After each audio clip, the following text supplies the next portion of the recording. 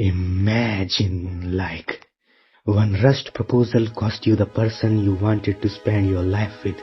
Years later, you realize it wasn't the wrong person, it was the wrong timing. If you could go back, would you rewrite your past mistakes? यह सवाल किसी न किसी वे में सभी लोगों को एक ना एक बार तो लाइफ में सताता ही है कि काश टाइम ट्रेवल पॉसिबल होता और टाइम मशीन से हम पास्ट में जाकर अपनी सारी गलतियों को सॉल्व कर सकते। लेकिन टाइम ट्रेवल से रिलेटेड कई सारे पैराडॉक्सेस हैं, जैसे कि सबसे फेमस ग्रैंडफादर पैराडॉक्स तो आपको पता ही होगा। तो अगर टाइम ट्रेवल पॉसिबल हो भी जाए तो शायद हम फिर भी पास्ट को तो नहीं बदल पाएंगे, या फिर हम कोई ना कोई अल्टरनेट टाइमलाइन क्रिएट कर देंगे। चलिए मान लीजिए कि हम पास्ट में गए और हमने उस एक इवेंट को जो हमारे साथ बुरा हुआ था उसे चेंज भी कर दिया, लेकिन इसकी क्या गारंटी है कि आने वाली लाइफ में सारे इवेंट्स अच्छे ही होंगे। यहाँ पर मैं एक एग्जांपल उठाना चाहूँगा life is strange video game से। ये गेम में मेन कैरेक्टर मैक्स के पास टाइम रिवाइंड करने की सुपर पावर्स होती हैं। तो इसमें एक एपिसोड में यह होता है कि वह टाइम ट्रेवल करके 5 साल पीछे अपने बचपन में चली जाती है, अपनी बेस्ट फ्रेंड के फादर को एक कार एक्सीडेंट में मरने से बचाने के लिए। और उस टाइम में जाकर वह अपनी बेस्ट फ्रेंड के फादर की कार की कीज ही छुपा देती है। इससे कार एक्सीडेंट से उसके फादर को बचा लेती है। लेकिन जब वह वापस प्रेजेंट में आती है तब उसे बहुत बड़ा झटका लगता है कि उसने अपनी बेस्ट फ्रेंड के फादर को तो बचा लिया, लेकिन वो ही फादर ने जब उसकी बेस्ट फ्रेंड को यानी अपनी बेटी को एक बर्थडे में कार गिफ्ट करी और उसका एक बार एक एसयूवी से टकराने की वजह से एक्सीडेंट हो गया और इस रियलिटी में अब वह लाइफ सपोर्ट पर है। उसको जिंदा रखने के लिए उसके इक्विपमेंट्स और मेडिकल बिल्स ही इतने ज़्यादा हैं कि उसके पेरेंट्स उसको मुश्किल से अफोर्ड कर पा रहे हैं। यह सब देखकर मैक्स को बुरा लगता है और वह वापस से टाइम ट्रेवल करके अपने बचपन में जाकर यानी 5 साल पीछे जाकर जो उसने चेंज किया था यानी कार की कीज छिपाई थी वह नहीं करती है।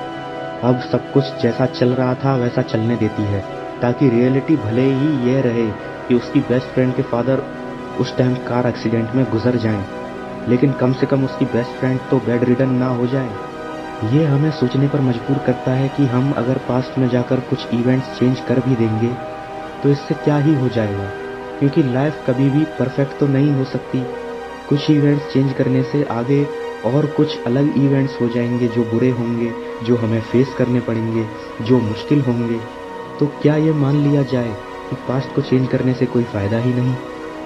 लेकिन अगर मैं कहूँ कि पास्ट बदला जा सकता है, वह भी बिना टाइम ट्रेवल किए, यह पूरी तरह से सच्चाई तो नहीं है, लेकिन यह एक टेक्निक है। नेविल गॉडर्ड एक बारबेडियन राइटर एंड स्पीकर थे जिन्होंने ये टेक्निक दी, जिसे कहते हैं रिवीजन टेक्निक। नेवल गॉडर्ड के अकॉर्डिंग जो हमारे पास्ट की मिस्टेक्स होती हैं, उनकी जो नेगेटिव मेमोरीज हमें सताती हैं, we can fix that by fooling our mind to think that everything went in our favour and nothing went wrong. यानी जो नेगेटिव मेमोरीज थी उन्हें हमने पॉजिटिव मेमोरीज में कन्वर्ट कर दिया, जिससे एक तरह से हमने पास्ट को चेंज कर दिया अपने फेवर में। और अब वह नेगेटिव इमोशंस जो हमें फील हो रहे थे, जो हमें अंदर ही अंदर खाए जा रहे थे, उस नेगेटिव मेमोरी की वजह से वह अब सारे इमोशंस खत्म हो गए और जो हमने अब नई मेमोरी हमारे दिमाग में फीड की, उसकी वजह से नए और अच्छे पॉजिटिव इमोशंस हमारे अंदर जनरेट हो गए।